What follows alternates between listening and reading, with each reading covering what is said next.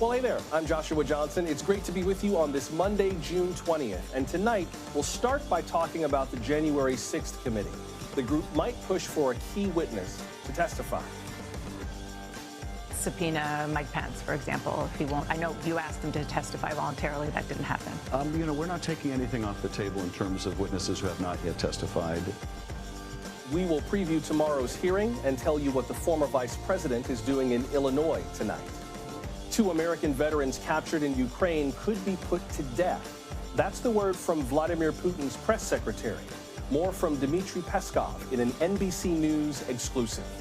Also, tomorrow, the U.S. extends COVID vaccines to children younger than 5. A pediatrician joins us to answer some of your questions. And transgender athletes face new restrictions from international swimming competitions. It all has to do with puberty and testosterone. We'll consider what this could mean for other sports.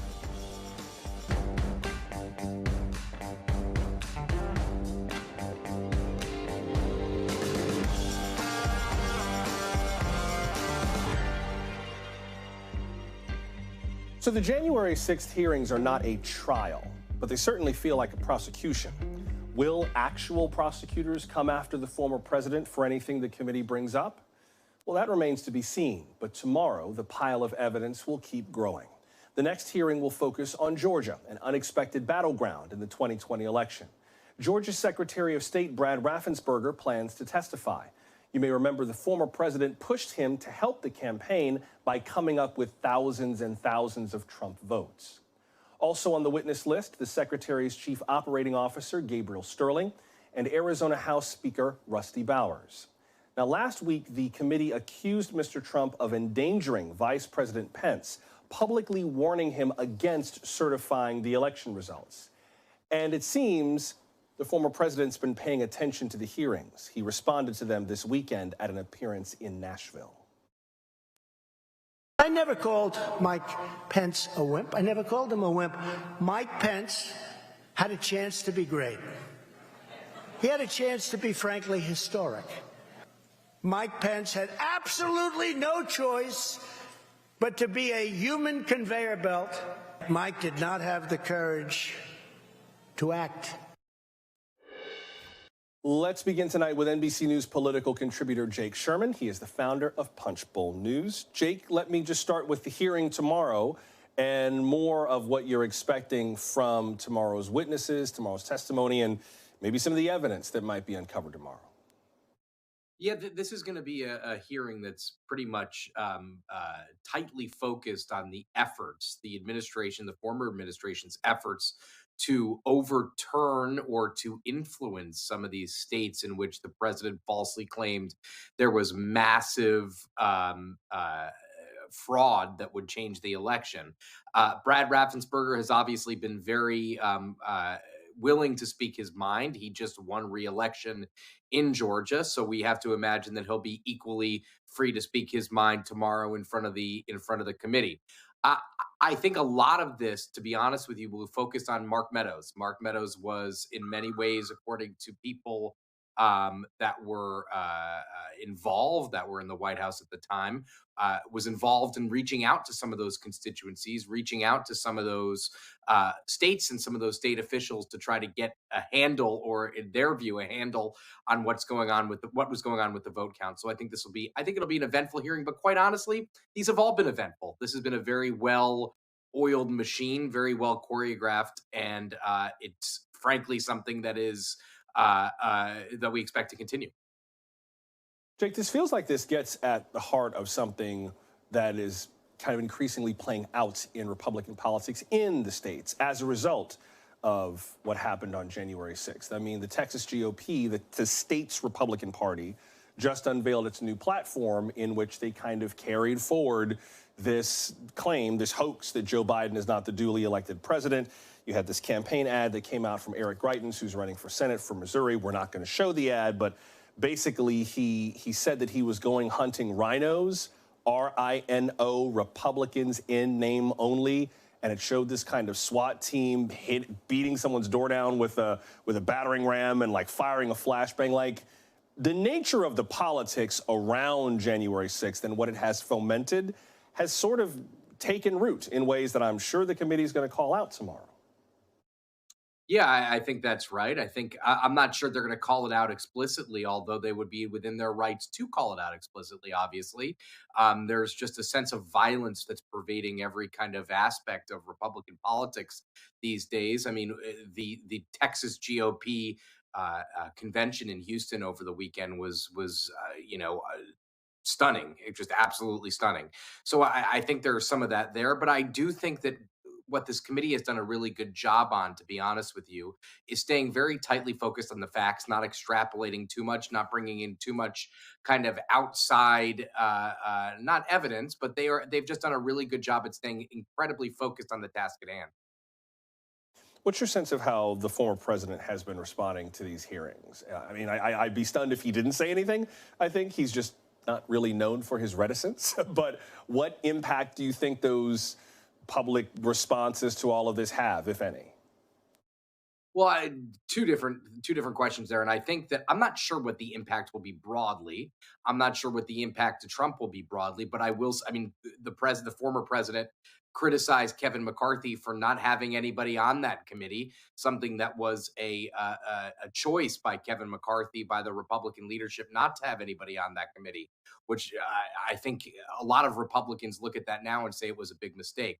So I think that Trump looks at these hearings and sees that there's no Republicans sticking up for him, and that's probably something that sticks in his craw. Obviously, the two Republicans on this committee, Liz Cheney and Adam Kinzinger, want nothing to do with Trump and are solely focused on ensuring he's never the president again. So I would imagine he's quite frustrated by, again, what has been a very well executed set of hearings.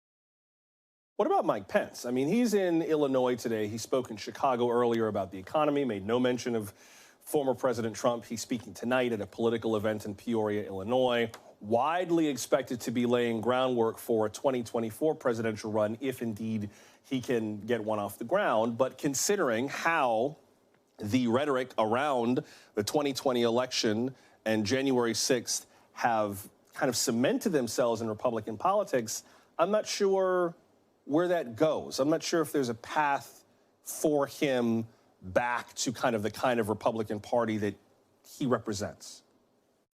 I think that's an absolutely correct characterization of the political stakes at this point. I don't think that there is much room for somebody. I mean, he's in the eyes of the Trump base, he was disloyal in many respects. He's not, doesn't carry the president's credo, so to speak. And in the eyes of the never Trumpers, he was a submissive vice president who allowed Trump's worst instincts to rear their head. I mean, I think, listen, it's admirable that his former chief of staff and several of his former aides are cooperating with the committee, but obviously under subpoena.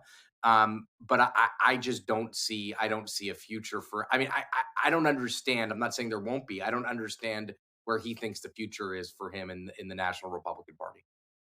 And before I let you go, the impact of these hearings on the public. There was a new ABC News Ipsos poll that showed that 58% of respondents now believe that the former president should be charged for the January 6th attack in some way, and 60% say they believe the committee's work is fair and impartial. I don't know what those charges might look like, but Jake, before I let you go, it would seem at least that even though people aren't watching these gavel to gavel, that's our job, that just the presentation of all this evidence is having an effect, at least on many Americans. Yeah, that does look to be the case, and I think the question is, how long do they keep that in mind, and how long do they hold these opinions for? A poll is a snapshot in time, and I think it's incredibly interesting to see that the impact that this committee has had already. I think the more important thing is this is creating a historical record of what happened on January 6th, a day a lot of us here in DC lived through. And I don't know that, to be honest with you, I think we tend to overstate why people go out to vote in any given midterm election or presidential election. I'm not sure this is going to be driving people to the polls. It might drive some people to the polls, but other issues will as well. NBC News political contributor Jake Sherman of Punchbowl News. Jake, good to see you tonight. Thank you very much. Thanks. Now, tomorrow night, we're going to break down key moments from the hearing we just previewed with our panel. So make sure you send me your questions and your thoughts. If you're watching the proceedings with us, tell us what's on your mind. We are at NBC Now Tonight on Twitter, TikTok, Facebook, and Instagram. You can leave us a brief but brilliant voicemail, 888-575-2NBC. That's 888-575-2622. What questions do you have about the January 6th hearings as they continue tomorrow? Or email us nowtonight@nbcnews.com. And remember to join us for live special coverage of the January 6th hearings. It begins tomorrow at 1 p.m. Eastern, 10 a.m. Pacific, here on NBC News Now. Still to come, kids and COVID. Vaccines are now approved for kids in the U.S. as young as 6 months. A pediatrician will answer your questions ahead. And later, transgender athletes face major new restrictions from the World's Swimming Authority. What will these new rules mean for them? We're glad you're with us for Now Tonight from NBC News.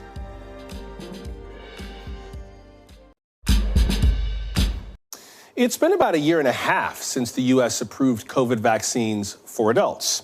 Now it has approved shots for young children. This weekend, the CDC signed off on vaccinations for kids from 6 months to 5 years old. But it's unclear how quickly parents will request the shots, if at all. Check out this survey from the Kaiser Family Foundation from this April. Among parents with children 5 or younger, 18% of them said they wanted their kids vaccinated right away. 38% said they would wait and see. 11% said they'd do it only if they need to. And 27% said definitely not. And again, this is just among parents with kids 5 and younger. Joining us now is Dr. Scott Hadlin, the Chief of Adolescent Medicine at Mass General for Children in Boston. Dr. Hadlin, welcome. Thanks for having me. Before we dive in with the doctor, please bear in mind that he can only give general guidance based on what we know right now. Make sure to ask your pediatrician about your child's specific needs. With that said, Dr. Hadlin, I do wonder what you think the big things are that parents should know about these two vaccines. There's a Pfizer one and a Moderna one. What should parents know about each of them? Well, they're both effective. They've both been very carefully studied. Both appear to be effective in preventing kids from getting symptomatic COVID infections. And to be very clear, both have appeared to be really safe in the studies that have been done so far. And so, it's because of that that the CDC, the FDA have paved the pathway forward for us to be able to offer these to families. And the pediatricians like me and the American Academy of Pediatrics more generally are recommending this series of vaccines for kids. Clarify what we mean by that. When we say that they are safe, what does that mean? There's been a lot of concerns about side effects in some kids and the incidence of certain issues with kids who take these vaccines. What do we mean that they are considered safe for children? Well, the trials that have been done so far, the most common side effects that have been reported really are just a sore arm. A lot of other kids, though, will get low-grade fever or some crankiness, maybe some fatigue, the same sorts of symptoms that adults tended to have. But what I will say is that there's been a lot of concern around myocarditis, just to bring up the thing that a lot of parents have asked me about. Myocarditis is something that was happening in older teens, particularly males and young adults who received the vaccine, albeit at very low rates. And in fact, at lower rates from getting the vaccine than from getting infected with COVID. To be very clear, in the trials that have been done in this younger age group for both the Pfizer and Moderna vaccines, there haven't been any observed cases of myocarditis, and we'll continue to follow these data in the months that come. And I just want to make sure we're clear, Dr. Hadlin, when we're talking about kids in the previous trials, older kids who turned up with myocarditis, with this inflammation and damage in the heart muscle, from what I recall, we're talking about instances per million children, not like 20% of the kids, 40% of the kids. These are handfuls per million that even showed any of those particular side effects at all, right? That's right. This is an extremely rare outcome. And again, only an outcome that's been observed in older children, particularly teens and young adults, but at extremely low rates. And again, at lower rates than are observed when people actually get COVID. And so I really try to encourage parents to not worry about this relatively rare outcome. It's really not something that is common. It's actually much more likely that children are going to have adverse effects from getting infected with COVID and ending up in the hospital or having another severe outcome. With regard to the two different kinds or the two different brands of vaccine that's available, one of our viewers asked about that. Carly has 2 children under 5 years old, and Carly emailed, after these 2+ years and 1 bout of COVID earlier this year, I cried when they were approved and then just felt exhausted by all the worries of the last few years. My number 1 question for my pediatrician would be which one they recommend, Moderna or Pfizer. I am not sure right now which my pediatrician is getting or if they are getting both. And I'm also wondering if we should space other vaccines out if they are due for other vaccinations soon. Carly, thank you for sending those questions in. Let's break those down into a few pieces. She asked about Moderna or Pfizer and asked about which ones pediatricians are getting. How much brand shopping should parents even be worried about with Moderna versus Pfizer? I feel like some of us have tied ourselves in a bit of a knot in terms of comparison shopping brands on a vaccine. Yeah, Carly raises some great questions. They're the questions that I've been getting a lot in the last few days. And ones that, I as a parent, I've got 2 young kids in this age range, a 1-year-old and a 4-year-old, that I've had to sort of grapple with myself too, in wondering which vaccine we'll choose, assuming that both are available at our pediatrician's office. I think the first thing to do is again, just as you highlighted at the outset of this segment, to bring these questions to your pediatrician so you can have a back and forth, you can have a conversation, and you can make a decision that's right for you, your child, and your family. There are some key differences between Pfizer and Moderna. They have slightly different doses. That probably is less important than the dosing schedule. So with the Pfizer vaccine, you get a dose, and then 3 weeks later, you get a second dose, and then 8 weeks after that, you get a third dose. The Moderna vaccine series is just 2 doses separated by 4 weeks. And so when it comes to the immunity that's offered by these vaccines, you get to that final point of having immunity a little bit sooner with the Moderna vaccine than you would with the Pfizer vaccine. So just to give you an example, if you were to go in to see your pediatrician this week and your child were to be vaccinated, they would probably be fully immune with the Moderna series by about mid-August. With the Pfizer series, they would be fully immune by about mid-September. And that may be an important and key difference for some families that are looking to have their full protection going into the school year. And before I have to let you go to that last part of Carly's question, if kids have to get other vaccinations for school, should they space them out away from the COVID vaccine, or can they all kind of be taken around the same time before we go? Yeah, vaccines can be given at the same time. So if your pediatrician is offering multiple vaccines that your child may be due for, it's safe to go ahead and get them at the same time. Dr. Scott Hadlin of Mass General for Children. And again, of course, ask your pediatrician for your child's situation. But doctor, we appreciate you talking us through this. Thank you very much. Thank you. We will get to some of today's other top stories in a moment, including a blistering hot forecast for millions of Americans. Yet another election in Israel, its 5th vote in just 3 years, and an NBC News exclusive with Vladimir Putin's press secretary about the war in Ukraine.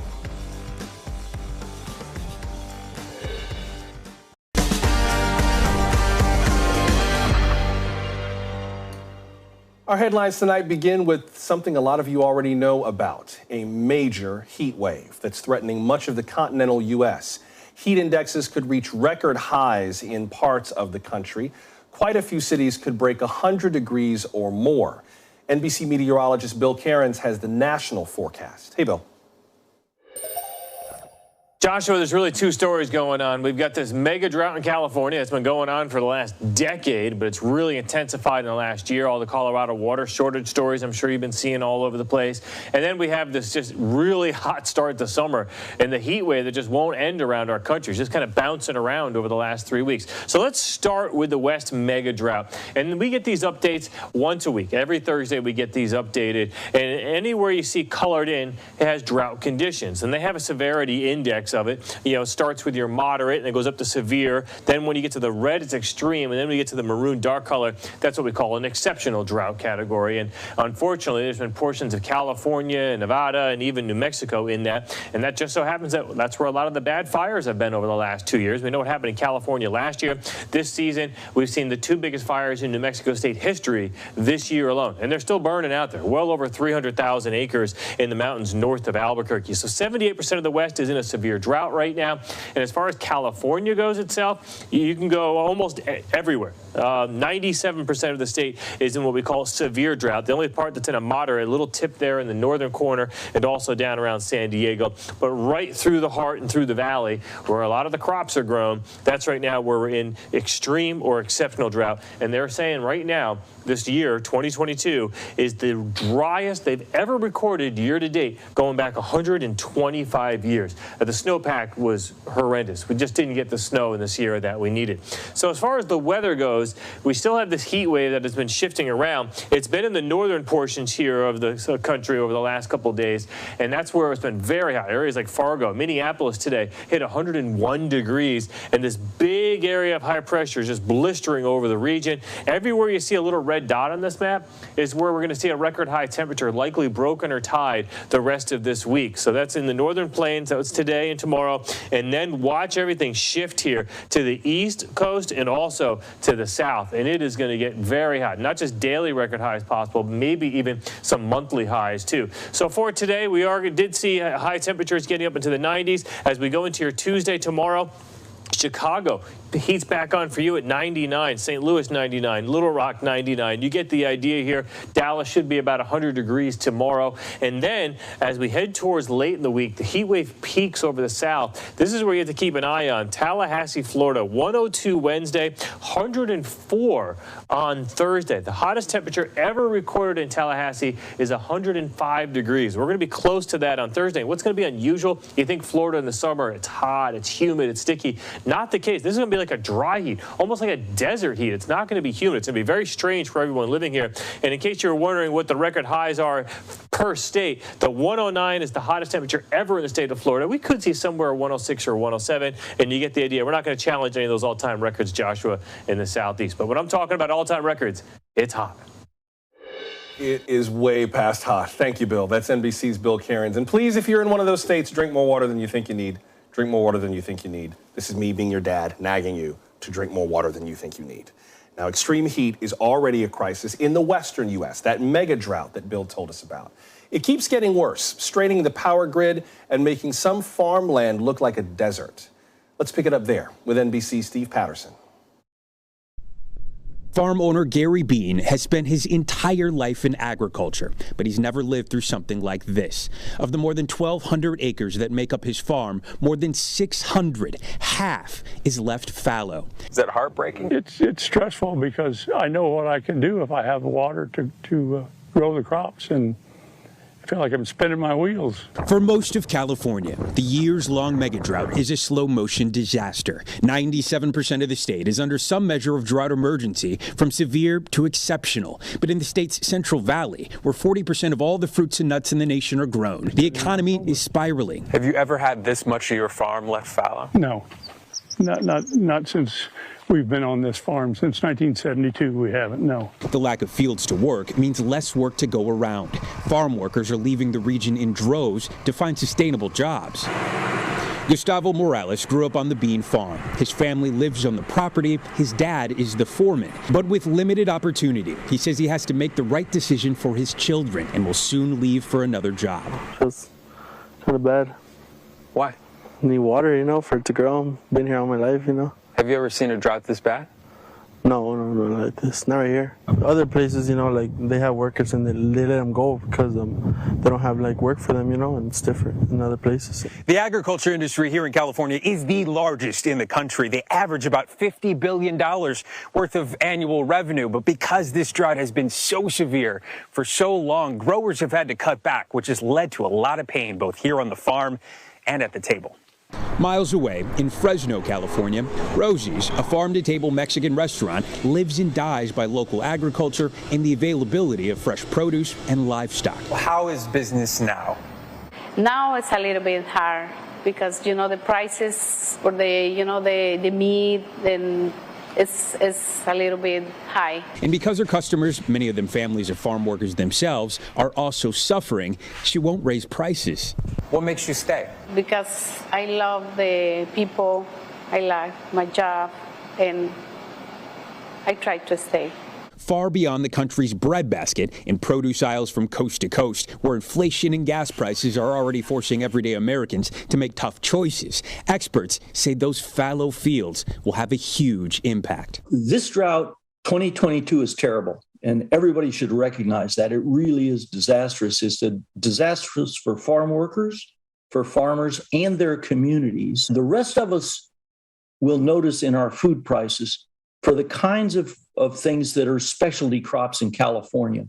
Think of asparagus, think of cherries this spring. A little later, think of carrots and other fruits and vegetables, and those prices will be a bit higher. A painful reminder of resources scarce, poised to pinch all Americans with no relief in sight. That's NBC's Steve Patterson reporting. In Israel, voters will soon head back to the polls for the 5th parliamentary election in 3 years. Its parliament is dissolving again. A year ago, Prime Minister Naftali Bennett formed a coalition of 8 political parties when he took office. It was Israel's first coalition government that included an Arab party. But the alliance did not last. Defections have prevented the coalition from holding a majority for more than 2 months. Prime Minister Bennett and his main coalition partner, Yair Lapid, will soon present a vote to dissolve parliament. So Lapid will serve as the caretaker prime minister until early elections in the fall. Russian forces have reportedly captured 2 American veterans fighting in Ukraine. The families of Alexander Druki and Andy Wynn reported them missing last week. NBC senior international correspondent Keir Simmons got an exclusive interview with Kremlin press secretary Dmitry Peskov. Keir asked about what could happen to these vets. President Putin's spokesman said he could not guarantee that they would not face the death penalty. He said it all depends on the investigation. Russian television has broadcast interviews with 2 Americans captured in Ukraine, Alex Druki and Andy Wen. Where are they? Who is holding them? And what happens next? Well, so they are they're soldiers of fortune, and they were involved in illegal activities on the territory of Ukraine. They were involved in firing and shelling our military personnel. They were endangering their life. And they should be responsible. They should be held responsible for those crimes that they have committed. Those crimes have to be investigated. So they're being held in a due place, to ensure that the investigation of their crimes is being completed. By Russian authorities or by Donetsk authorities? By the authorities. Are they prisoners of war?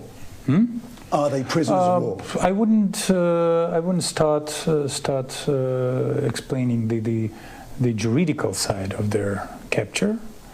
The only thing is clear. So they have committed crimes. What are the crimes they've committed? Because obviously, as you know, under the Geneva Conventions, fighting in a conflict is not something that you can be tried for. So what are the crimes you're talking about? But they are not a Ukrainian army. They are not a subject to Geneva Convention. They are not. You don't know that. They are not members of the Ukrainian army. You're certain that they weren't enlisted. You believe they weren't enlisted in the Ukrainian army. It will be investigated in due course. So you're trying to establish whether they were enlisted. But Geneva Conventions cannot be applied for soldiers of fortune. Did you catch that last part? Soldiers of fortune. That's a key term here, because that term for mercenaries goes back to the 1600s. Now, NBC News does not have any evidence that either of these Americans were mercenaries. One mother, Lois Druki, told us that her son was not in Ukraine to fight. She says that he was there in more of an advisory capacity as a civilian with army training. That's how she described it. Now, the Geneva Convention is also key here because it bans recruitment, use, financing, and training of mercenaries. So Mr. Peskov is hinting that the captured Americans are mercenaries and that the Geneva Convention might not protect them. Today is World Refugee Day. Over the last year, a number of nations have embraced Afghan refugees after the Taliban takeover. Since then, the U.S. has admitted more than 76,000 Afghans. NBC's Cynthia McFadden has the story of one family's journey to find a new home. Roshan Marshall was a leader for women's rights in Afghanistan. That put her life in peril when the Taliban took over last August, so she fled. I left my office with tears. When I left my home, it is repeated. And when I left my country, it was another. Her 5 children and her husband fled with her, each with just one bag. As a mother, you are thinking about your children's lives. Marshall's family was among 76,000 Afghan refugees who arrived in the U.S., but for many, their welcome was rocky. First, Marshall asked to go to the D.C. area to continue her work, but was resettled in Dallas without 3 of her young adult children. They told me that there is no guarantee to send your children to your state. Months later, her family was reunited, but there were long delays getting food benefits and health insurance. And without a car, the apartment she was provided ended up being a 3-hour bus commute each way from her new job here at the University of Texas at Arlington. Marshall says while she is grateful to be here, life has been much harder than she imagined. One reason, she says, her caseworker from the resettlement agency was overwhelmed with 60 clients. Refugee resettlement leaders across the country lament such problems were not uncommon. There were too many cases, too many families in too short a period of time, and in some cases, families suffered. From Iowa to North Carolina, stories emerged of refugees lacking basic necessities, stranded without transportation, separated from family, unable to work. Marshall eventually got help and was honored recently for her humanitarian work, but she worries about others still living in hotels or unaware they only have months to apply for asylum or risk a perilous return to Afghanistan. It's not easy to be a refugee. Even here. Even here. Cynthia McFadden, NBC News, Dallas. Coming up, new rules in the pools. Starting today, many transgender swimmers could be locked out of international meets. We'll explain just ahead. Stay close.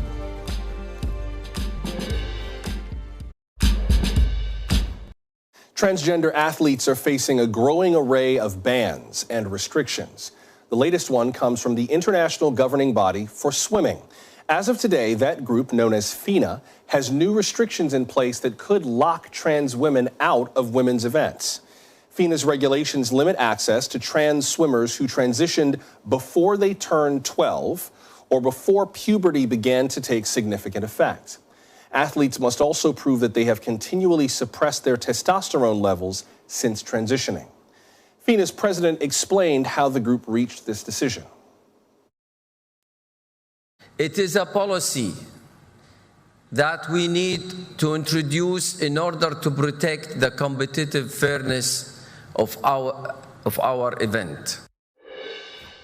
Let's discuss it with Alejandra Caraballo. She's an instructor at Harvard Law School's Cyber Law Clinic and an expert on transgender issues. Ms. Caraballo, welcome. Good to have you with us.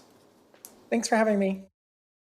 I wonder where you see this debate about trans athletes in light of the way that FINA has tried to kind of find a way forward. It seems like they're trying to justify these new restrictions in terms of biology, measurable testosterone, onset of puberty, and so on. I think in a sense, this policy is a solution in search of a problem.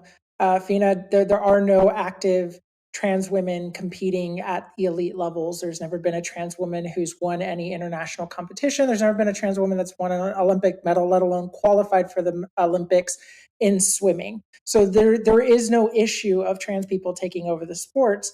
This is being promulgated because of a moral panic, because of Leah Thomas. And these rules wouldn't even impact Leah Thomas when she was competing. But what we're consistently seeing is basically this kind of goalpost moving, because for 20 years, trans people were allowed to compete at the Olympics. And it wasn't even until this most recent Olympics that any trans person qualified, or even a trans woman. And so as soon as one trans woman wins a few competitions, they immediately say we need to change the policies. And I can guarantee you that even under these insanely restrictive policies, if a trans woman does end up winning, they will move even further and probably ban all trans women. So they like to say that it's inclusive until someone wins.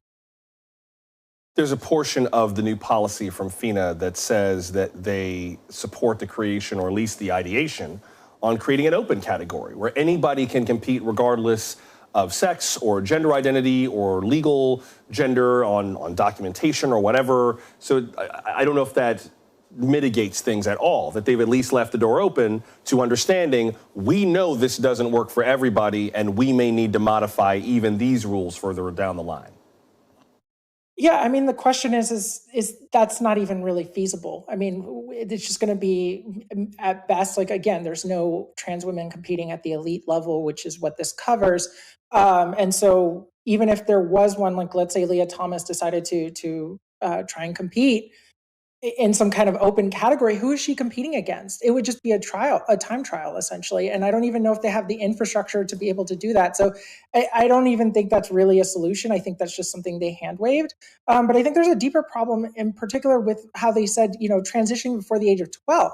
I mean, the state of Alabama just made gender affirming care a felony for minors up to the age of 19.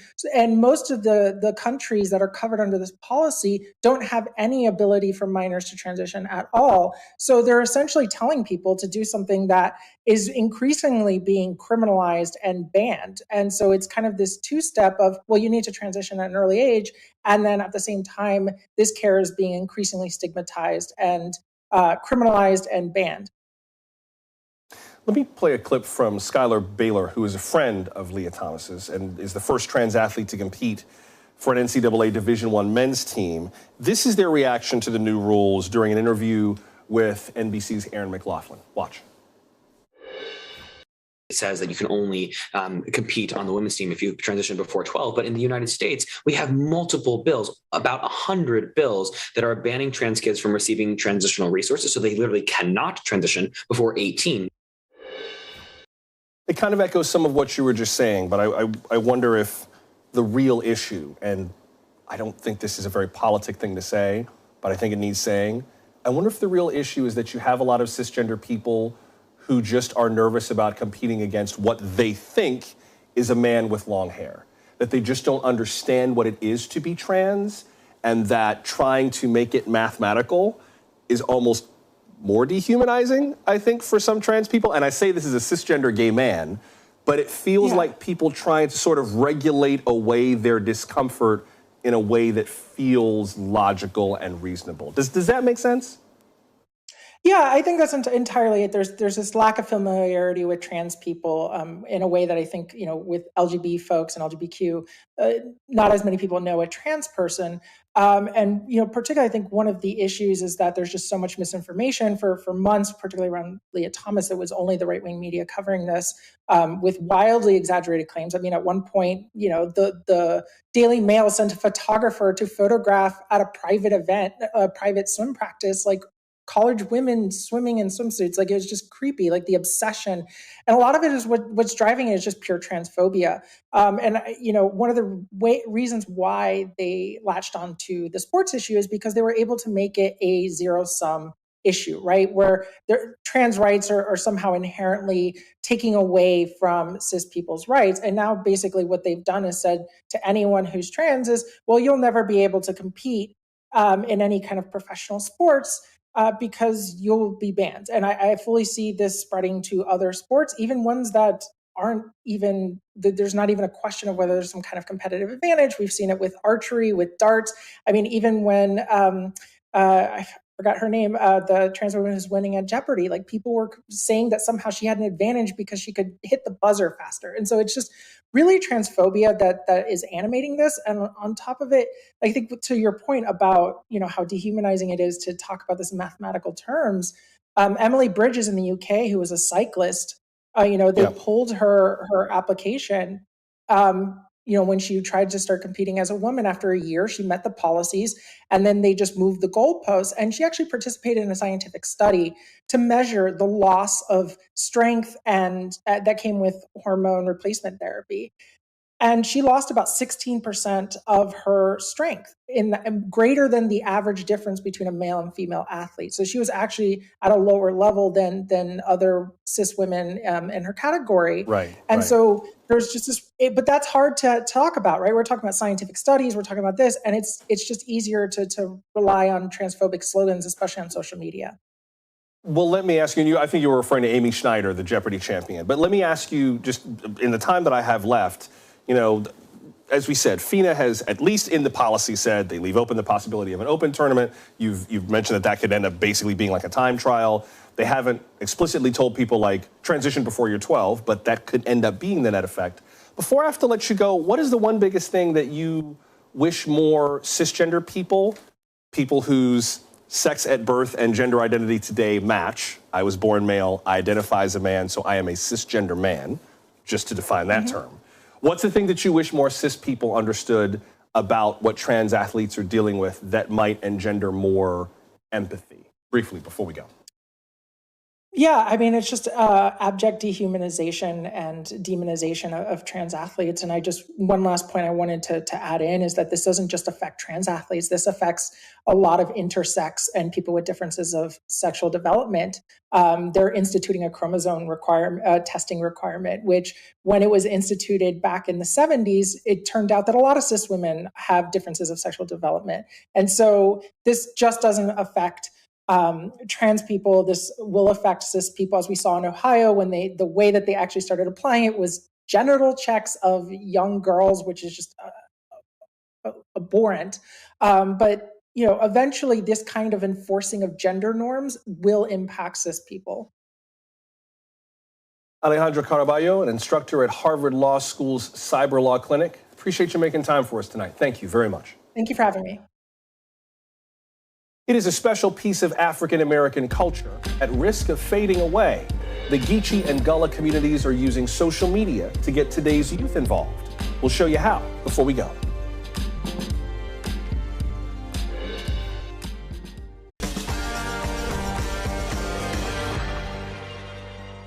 This weekend, the country has been celebrating the new federal holiday of Juneteenth. It marks the end of slavery after the Civil War. Juneteenth was yesterday, but many places are observing it today. The legacy of enslaved people includes unique cultures in America that still exist. One such culture is in South Carolina, an enclave with unique language that is at risk of disappearing. One young woman who's working to preserve it spoke with NBC News Digital reporter Maya Eaglin. Have you heard of Gullah Geechee culture? If I was to greet y'all in Gullah, I would say how Hana Fadu or how Yena Fadu. But if I was to greet you in Geechee, I'd just be like, what's going on?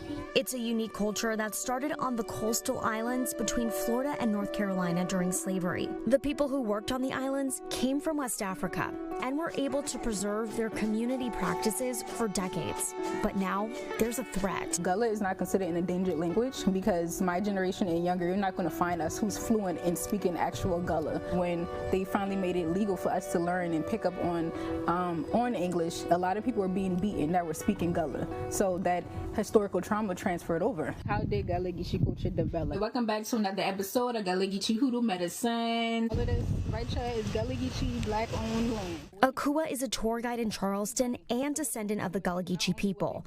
She's using TikTok as a way to educate and pass these stories down to the next generation. It already breaks things down into bite-sized pieces. I love TikTok. That has been so instrumental in like the work I'm doing, because even like visual content I find it's so easier to get your message across. In the work I'm doing, I'm seeing a lot of elders who are so passionate, so enthusiastic about it. So I'm hoping more younger people will like be out there and be proud to say like, you know, yes, I'm Gullah Geechee. What were some of the things that were preserved on the islands? Language, food tradition, food ways, and spirituality.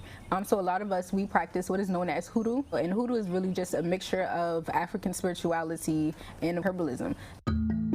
Growing up in the foster care system made it challenging for her to understand her identity. Were you exposed to Gullah Geechee culture your whole life? I was exposed to it my whole life, but nobody really sat me down was like, you're Gullah, you're Gullah Geechee. People are uneducated about the linguistic diversity of America, so when I came like around just certain folks, they just act like, okay, what I was speaking was bad or broken English. So I would get bullied a lot. This first item I have is the Gullah Bible. Way back, plenty time. in plenty different way. God been take we people, shoot a prophet. When we reflect and celebrate on Juneteenth, I think a lot of people think about liberation and freedom. Do you think there is a bit of that liberation and being able to hold on to the roots from Africa? Yes, that ties into it. Like that has been so key. Our liberation is by knowing where we come from. I can tell just by the rice culture that we have down here and connected back into West and Central Africa and how we've been growing and cultivating that for eons. Just by taking ownership and growing, by being self-sovereign, like being in control of our own food supply. That's liberty within itself. Akua also took me around Riverside Park to show me some of the historical markers of the Gullah Geechee community in Charleston. This right here is called the Dead House. I come out here after my tours. I end it here and I just pour a libation again just for ancestors, known and unknown, people who perished during the slave trade, people who perish now just dealing with racism and violence. William Dawson, born in 1840, death unknown. Ashe. Abram, born 1837, death unknown. Ashe. Peggy and her children, born, no date, and death unknown. Ashe. I feel like it's our duty to tell our ancestors' story. You know, going back to that African proverb, you know, until the lion tells their tale, the story of the hunt is always going to glorify the hunter. So I feel like, you know, I'm that lioness. You know, I'm going to tell the story of my ancestors. Maya Eaglin joins us now, and let's start with that scene we saw at the end of your piece where she was pouring out a libation as you were reading the names. Explain what that was. Absolutely. So they use water as a way to bring life back into these names that were known or unknown, and also just pay homage to the words that were unspoken, the words that never got to be, you know, realized because of slavery and because so many of these people were forgotten. I feel like there are so many aspects of our culture that kind of get washed into the rest of the world and never really get noticed. Like, I remember, this is going to be a ridiculous reference. I remember one of the Austin Powers movies. Where Dr. Evil says, one for me and one for my homies, and the audience laughs. Right. That comes back from pouring libation. Like, there is a cultural tie to that that's become comedy, and it feels like that's kind of the point of this, so that things don't just kind of get, you know, washed through culture and their distinctiveness isn't lost. Absolutely. Akua mentioned to me that water is viewed as a living spirit in the Gullah Geechee community. So it was really important to her to recognize that with these names that haven't been spoken for hundreds of years, they're bringing life with bringing water to the soil. This has to be super important to her for an array of reasons, but also because so many African Americans struggle to trace our family histories back through slavery, but if you look along the Carolina coast, parts of Florida, they have very precise connections to exactly where they came from. 100%. You're 100% correct. So it's hard to find last names. It's hard to find paper documents, but we have clues, and I think the Gullah Geechee community has done a really good job at preserving them because they were isolated from the mainland. So many of those religious practices, recipes, folklore, all of that is still living and breathing. It's just a matter of passing it down to the next generation. And this is culture, Maya, that is really irreplaceable. Like a lot of other aspects of Black culture you'll find in different parts of the country. Yes. This is the only place that this is, and if it's gone from there, it's gone. From my knowledge, yes. Yeah. I think this is something that is so regional and so unique to just the coastal islands on the eastern part of the U.S.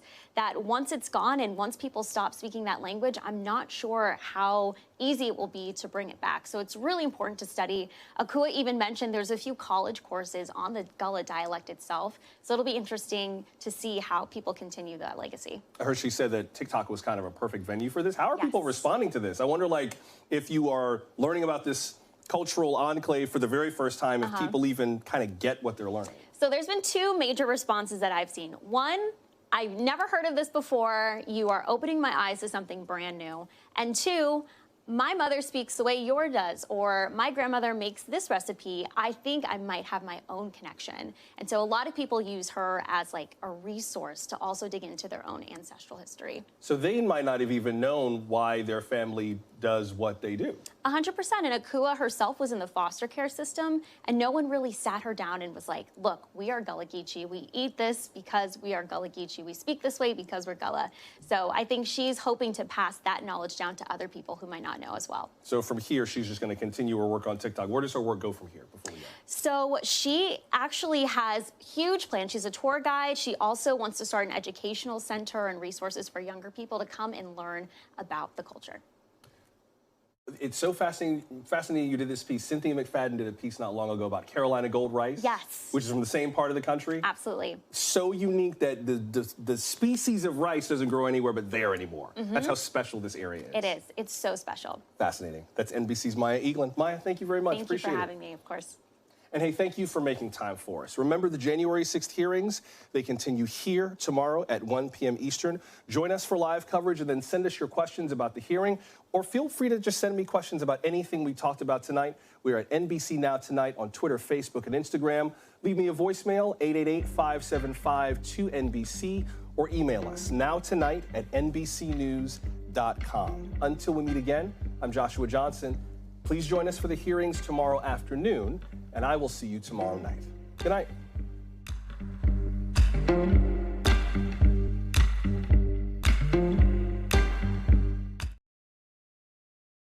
Thanks for watching our YouTube channel. Follow today's top stories and breaking news by downloading the NBC News app.